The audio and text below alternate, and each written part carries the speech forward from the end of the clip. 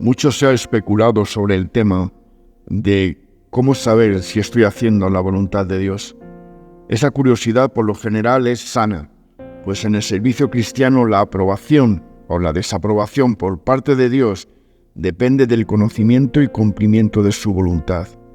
Para el Señor, la sumisión a la voluntad del Padre era tan vital como el alimento para el cuerpo, como nos dice Juan 4:32.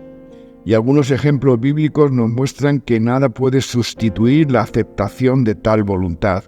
El rey Saúl había recibido de Dios órdenes muy claras acerca del botín dejado por los amalecitas, pero él creyó que sería mejor apropiarse de este a cambio del sacrificio de vacas y ovejas en honor del Señor. ¿Y qué le dice el Señor? ¿Acaso se complace Yahvé tanto en holocaustos y sacrificios como en la obediencia a las palabras del Señor? Mejor es obedecer que sacrificar, nos dice el primer libro de Samuel, capítulo 15, versos del 1 al 23. Cuando la voluntad de Dios llega clara a nuestro conocimiento, todo intento de sustituirla por criterios humanos aparentemente más acertados es insensatez y rebeldía, cuyas consecuencias habremos de deplorar el resto de nuestros días. ¿Cómo ver ahora cuál es la voluntad de Dios en las cuestiones dudosas de la vida? No siempre encontramos en las Escrituras respuesta a nuestras preguntas. Por ejemplo, se me presenta la oportunidad de obtener un nuevo empleo. ¿Debo aceptarlo o no? Hay una persona que me atrae poderosamente. Ambos estamos recíprocamente enamorados. ¿Es voluntad de Dios que me case con ella? La relación con mis padres se ha hecho tensa, prácticamente insoportable. ¿Debo abandonar la casa paterna y vivir mi propia vida? Una situación análoga vivo en la iglesia. ¿Debo buscar otra en la que me incorpore como miembro? ¿Quiere el Señor que me prepare para servirle mejor en alguna forma de servicio cristiano? En el círculo de mis relaciones hay una persona con la cual congenio, pero no es cristiana. ¿Qué es aconsejable en tal caso? Me urge comprar un piso. ¿He de solicitar una hipoteca al banco? ¿Sí o no? Etcétera, etcétera, etcétera.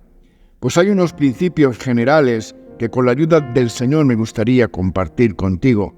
En primer lugar, hemos de entender que no hay camino seguro al conocimiento de la voluntad divina cuando nuestra consulta admite dudas. La respuesta puede variar según multitud de factores y circunstancias.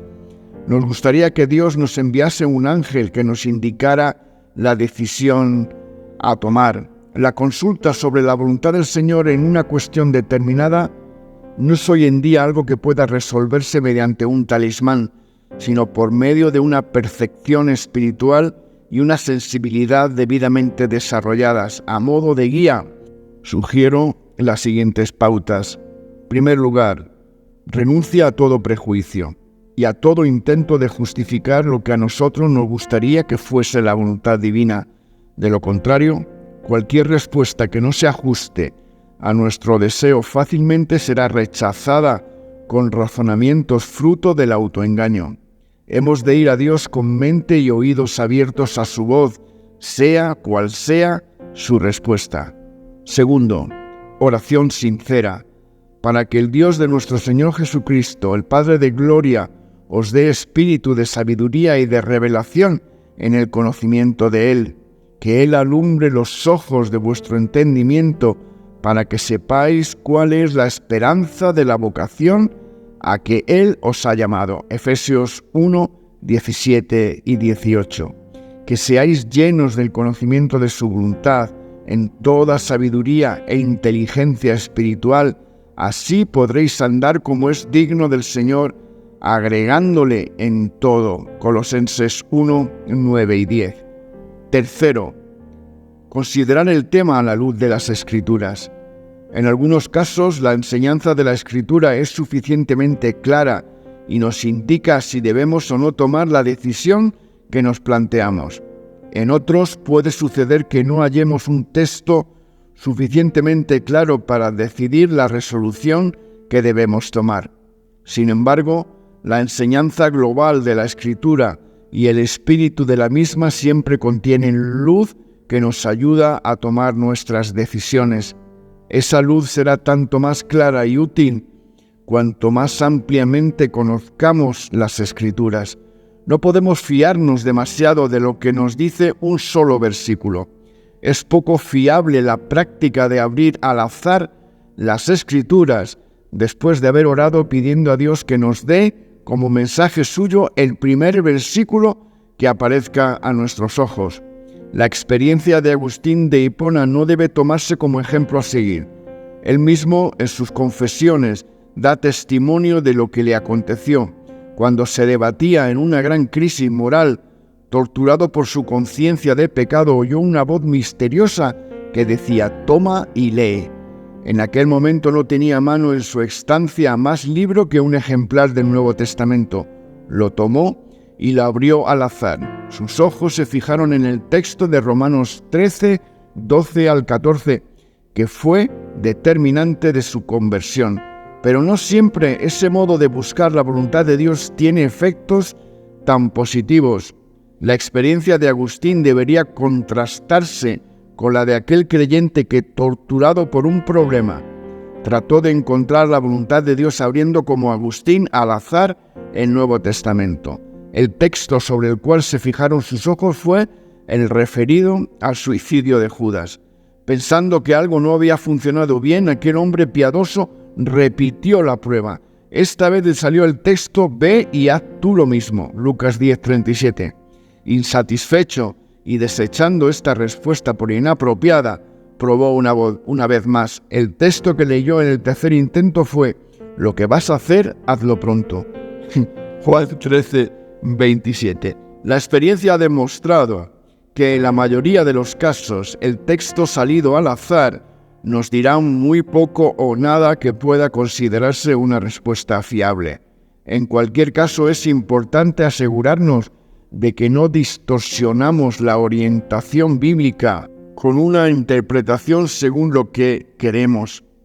Cuarto, pide consejo a personas capacitadas para aconsejar con sabiduría y criterio espiritual reconocidos. El que obedece el consejo es sabio.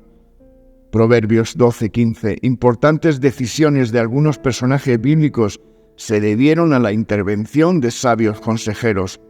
Como un botón de muestra, recordemos a David en su hora de furor incontenible por la rudeza hiriente de Nabal. La decisión de David era dar muerte a aquel hombre. ¿Era esto la voluntad de Dios? Pronto se vio que no. El sabio consejo de Abigail, esposa de Nabal, fue seguido por David, y lo que pudo haber sido un episodio trágico se convirtió en un ejemplo de sensatez y el dominio propio, principio de una experiencia apacible y romántica.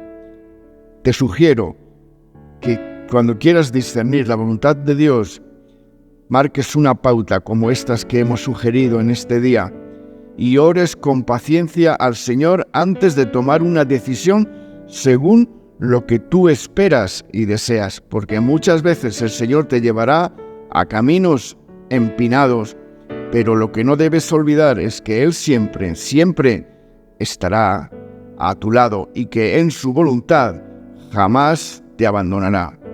Que el Señor te bendiga en este día. Amén y amén.